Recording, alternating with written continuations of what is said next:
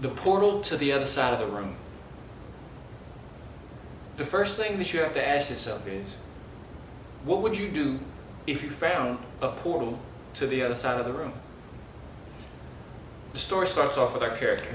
He goes into the kitchen to find a snack. He's getting a little bit hungry. As he's looking through the cabinets, he notices that at the back of the cabinet, when he bumps it, he hears something on the other side of the room.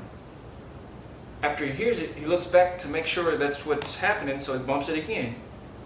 Same thing, you can still hear the noise. So he wants to see what this is, so he pushes it. When he pushes it, a door on the other side of the room opens. And he's looking, and he notices he can see himself on the other side of the room.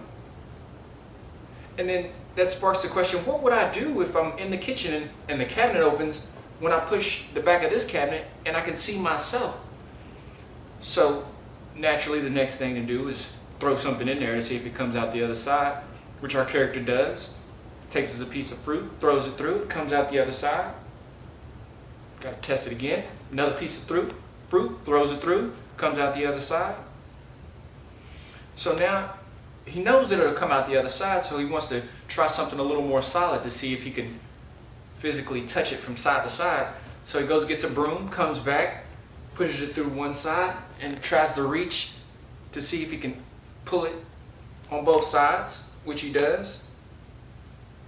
And then naturally, if I can put a broom through and fruit through, the next natural step is to go in. Like, I want to see what is making this thing do this. Like, how is this possible? So when our character goes in, the door closes behind him, and it adds a sense of danger because it's still, and you don't know what's happening while the doors is closing. Like, where did our character go? And then he busts out the other side, looking like he's been through all kinds of craziness,